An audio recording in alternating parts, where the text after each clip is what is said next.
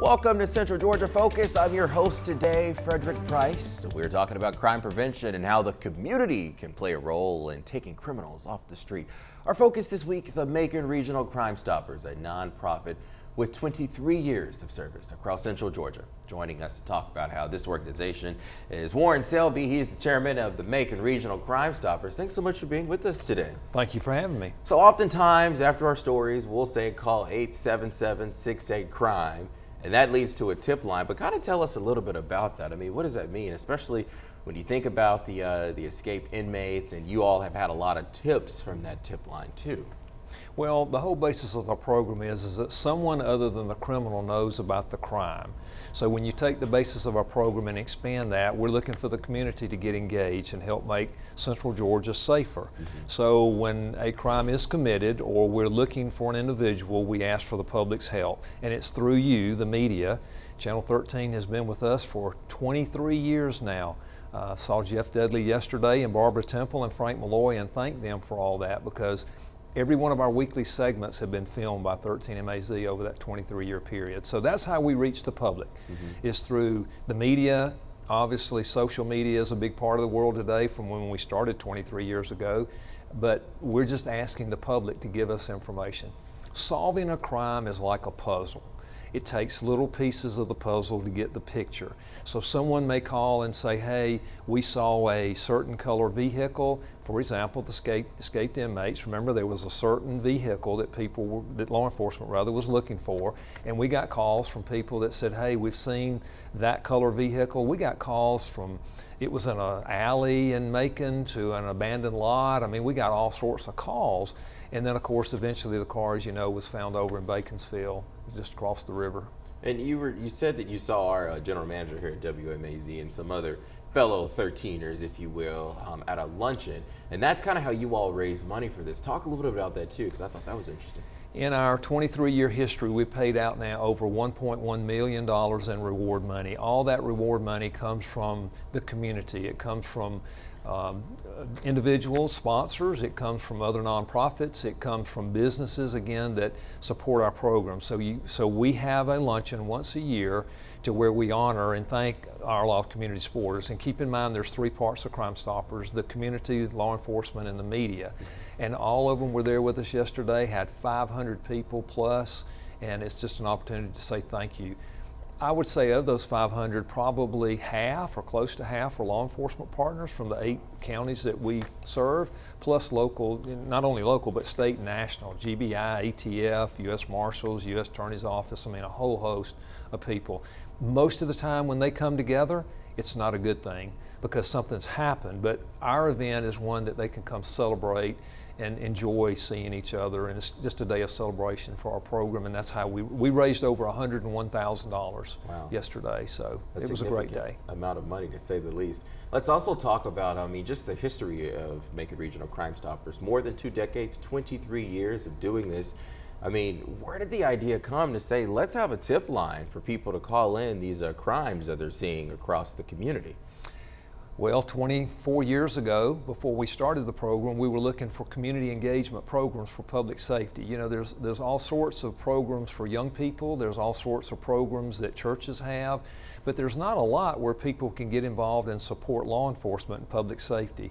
So Crimestoppers is an idea and a seed that was planted back when John Vasquez was the police chief before consolidation. This is when there was the Macon Police Department and the Bibb County Sheriff's Office, 2 different agencies.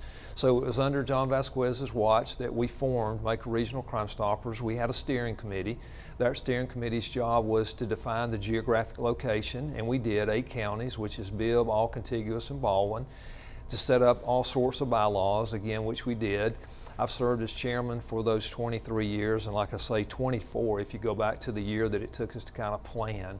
And then every year we raise money, promote the program, and pay the rewards. And so that's kind of the history, and it's been so embraced by the community. It's not due to one group or one individual. It's just been, the community sees the value of our program, and they understand that if you want to make your community safer, you have to be engaged, and they can be engaged by providing tips to us that solve crimes. You know, I'll be honest, when I first started here, we would often say that number, And I would always ask, why do we continuously repeat that number? But someone that's been at this station, been in this community for quite some time, told me that it is a significant part of how law enforcement, even you, kind of find these criminals that are out in the community. So let's use this as an example. Somebody's watching our station. We say that number, 1-877-68-CRIME.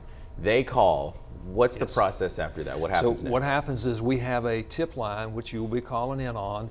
That tip line has no caller ID. It's not recorded, and that's part of the beauty of our program is that you're not going to be recorded. If you call 911, as you well know, you're going to be displayed the number. You have the, they may call you back. They're going to need to know who you are. We don't ask who you are. We ID you with a code number. We give you a code number, and that's how we ID you. You give us information, again, about a crime that's been committed or an individual that we are looking for. We give that to law enforcement depending on the jurisdiction. If it's a Bibb County case, we give it to Bibb SO, maybe Houston, Peach, Crawford, all those counties. And if that leads to an arrest, then we tell the tipster at the time of their call us back in 24 hours and we'll let you know if it led to an arrest. We then calculate the reward amount. As you know, it's $2,000 for severe crimes such as murder and those type. And then there's a scale again that we look at. It may be less than $2,000, just depending on the crime. We direct them to a local financial institution. The check will be made out to the code number which we gave you. Again, that's how we ID you. You'll walk in, you'll ask for the head teller, they'll give you that check, you write your tip number, or code number on the back rather, you take the cash and you're out the door. Wow. 23 years of service really is an indication of how successful this program has been. Maybe talk about some of the successes that you all have seen over the more than 2 decades that you've been around in these communities. Well, there's so many different cases and people that we've helped through the community. One of our most successful programs has been our Top 15. A number of years ago, I guess it's been about 4 years ago now, we started what's called the Top 15 Most Wanted. And that was in partnership with the U.S. Attorney's Office, the Marshal Service, and again, all of our local, state, and national partners. We basically went to each jurisdiction and said, give us the worst of your worst. There's a stat that says 2/3 of all violent crimes are committed by repeat offenders, which are normally felons with guns. Mm-hmm. And so we were looking for the worst of the worst. We've had a 93% success rate with that. We've showcased over 100 individuals, and we're down to just a handful that we have not located, but we'll keep looking for them until we find them.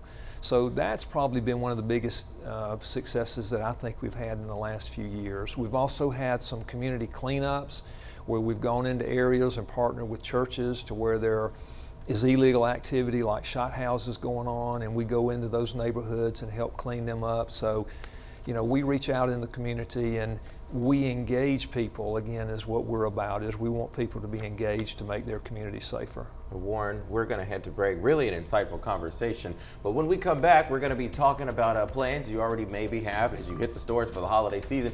We have some important tips you want to keep in mind about holiday safety. Stay with us. We're back in a moment.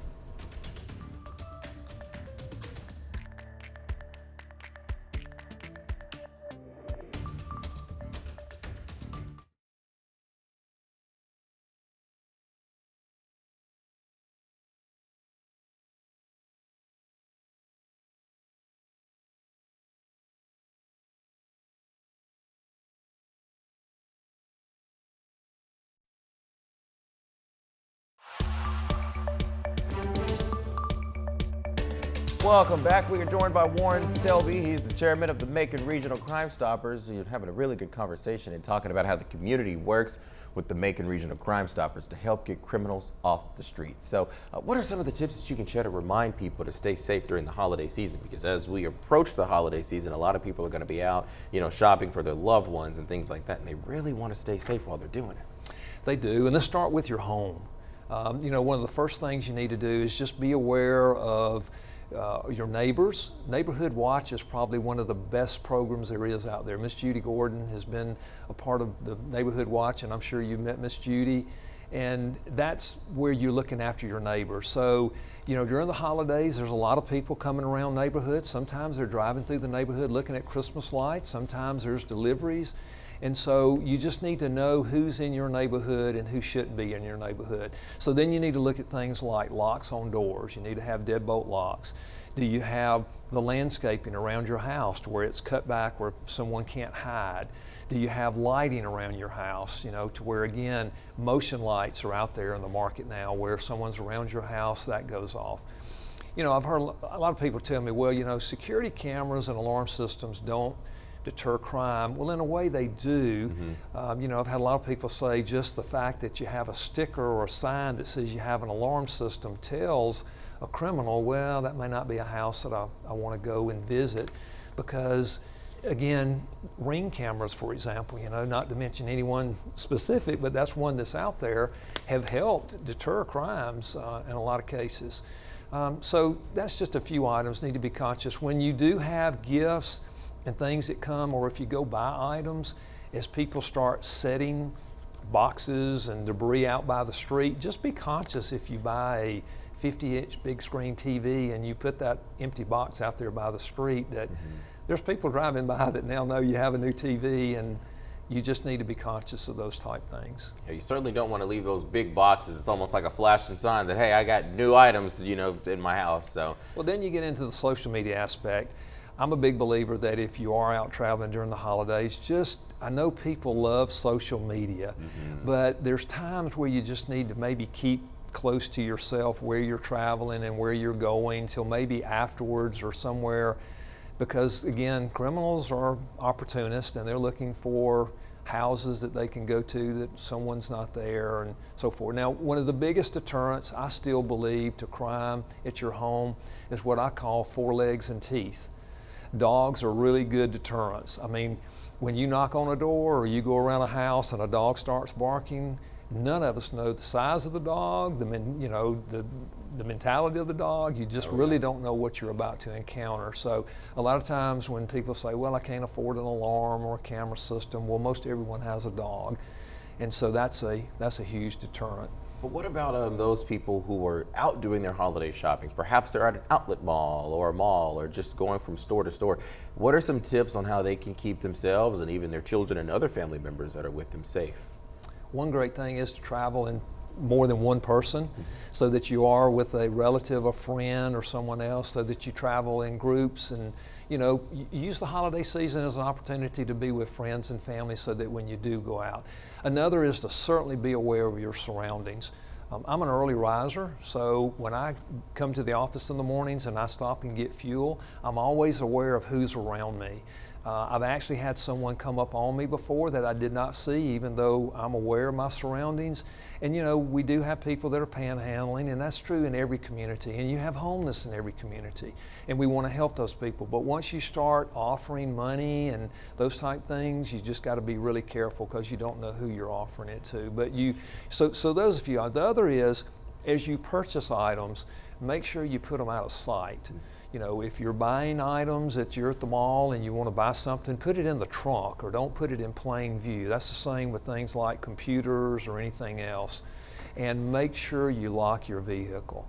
I can't tell you how many videos that I see that come from neighborhoods where people will show someone going through the neighborhood just simply trying a door on a car or a truck or any vehicle to see if it's locked. That's the first thing they're going to look for, is unlocked. So if you have valuables, guns, anything like that in your vehicle, please lock them and take them inside if possible, so that you don't leave that as an opportunity for someone to steal. You mentioned being conscious about what you post on social media too, which is a really big aspect of this. Sometimes people get themselves in trouble because they're constantly posting, they're away from their home and things like that, and that just kind of leaves them up in the open for criminal activity. Are there any other social media tips that people perhaps need to abide by or follow to make sure that they're okay and that their items are okay and everything's safe and where it is when they left? Well, I think the biggest item again is just when you're traveling. Again, if you're purchasing items and you're taking photographs and you're putting them on social media, then again, people are going to see those. I fully understand people wanting to share. I have relatives that are out of state, and social media is a great tool when used properly, and it's a real problem when it's not. And again, you just have to know what those limits are of how comfortable you feel putting items out there. I personally don't feel real comfortable putting those type items out there. Maybe it's because of my 23 or 24 years of working closely around law enforcement that I understand the effects that it can have. What about when you do make those big purchases? Perhaps you got a new laptop computer or you got a big 75-inch television set and you put the box on the side of the road. You don't want to put the box on the side of the road.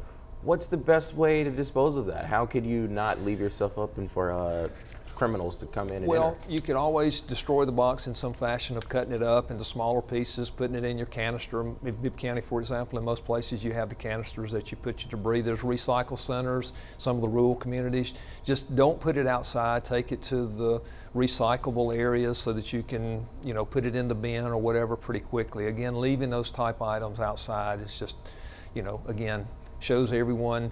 It's social media in the old days where people drive by and they would see what you had, so you just need to be conscious of that. Wow, yeah. I mean, and at this time, the holiday season, it's like those criminals are always just looking for an easy way or an easy target to get some of those items. It is the holiday season for criminals as well, so they're looking for opportunities to get new items, whether, like you said, televisions, computers, or anything. So just need to be conscious of that. Yeah, and it certainly is a good point for people to know, what they're doing and be careful of what they're putting out. You mentioned the neighborhood watch too.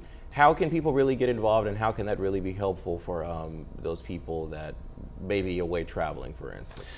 Well, another item for your home is another good idea is to have lights that turn on and off on a timer, and which would be a great idea. Plus, you can have something inside where you can program. TV comes on, there's music playing, or something that gives the sense that there's someone in the house. So neighborhood watch is great though, because you can tell your neighbors that you're going to be gone, have them get your mail. You can have the Postal Service stop your mail. That's another item that people pick up on is, there's been trouble in the community and it's all across the country with people stealing mail. So again, you can go to the Postal Service and have that stopped. You can have your neighbor pick up your mail. But again, it's back to being aware of your surroundings and knowing your neighbors and let them watch after your property when you're not there. Certainly some good advice. The neighborhood watch is usually a good asset for those people in these communities. We're going to continue our conversation with Warren Selby with Macon Regional Crimestoppers when we come back.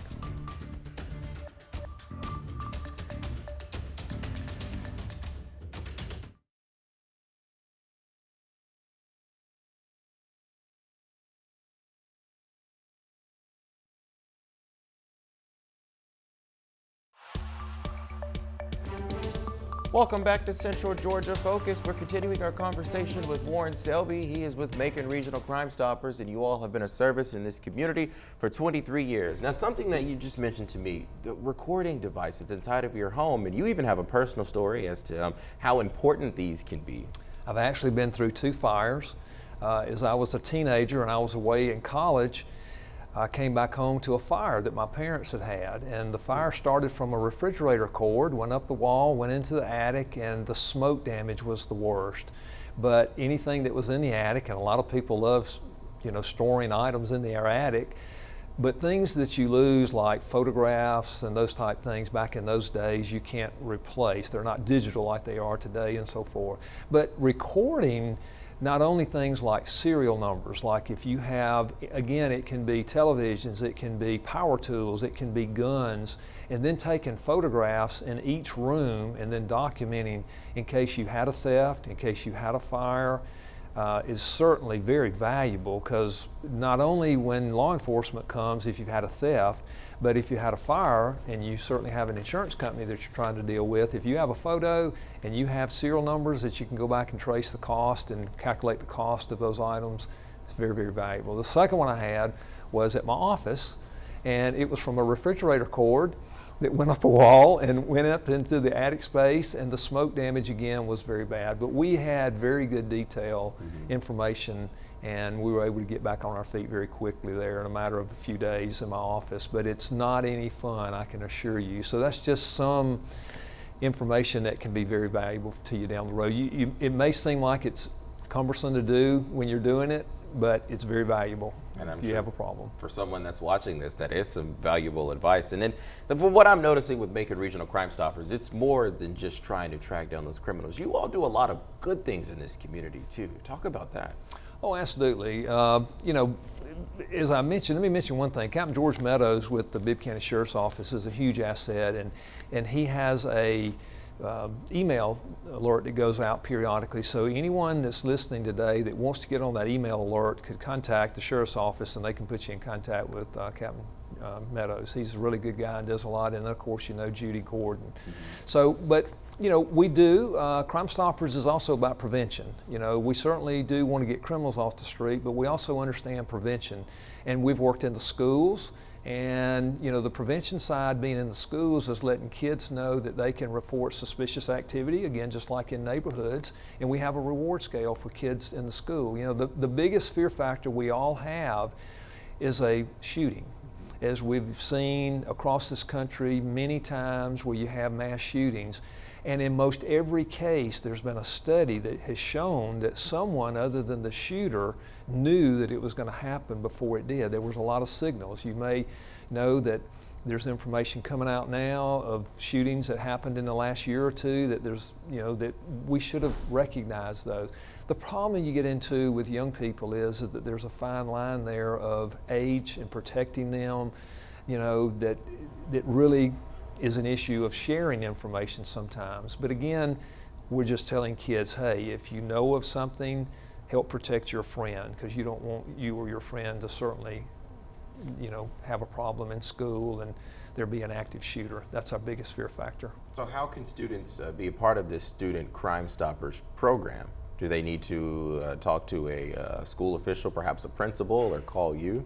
Yes, well, we are in the Bibb County, Houston County schools. We have information that, excuse me, that we put out and we promote about the program. So through their school systems, they will be promoting the information, excuse me, and of course, again, kids can call the Crime Stopper tip line. The tip line is open to anyone, plus you can, of course, provide tips online as well to our program. What are some solutions that you're seeing in terms of addressing the youth violence and crime that you're seeing here in the communities that you all serve? Well, reaching out to kids at a very, very young age is the key. It's always been in my mind that if you're working with kids that are nowadays, even in middle school, we've missed them. You have to really get to kids at kindergarten and a very, very young age. And there's been studies that have shown that, you know, kids after 5, 6, 7 years old, you know, if we haven't reached those kids, then we've missed them. So getting into schools, working with parents, and just having a person that takes care of those children. And you know, you want to say parents. Unfortunately, some kids don't. They don't. Maybe they don't have two parents, but having a parent or another loved one that can certainly look after them and help guide them. So many times you see young people, and I've seen this before, when we've had young people in our community that have been shooters. Mm-hmm. And they could be 14 and 15 years old. And I always ask myself, where did we miss the mark in the community that young man or woman had to take violence into their own hands?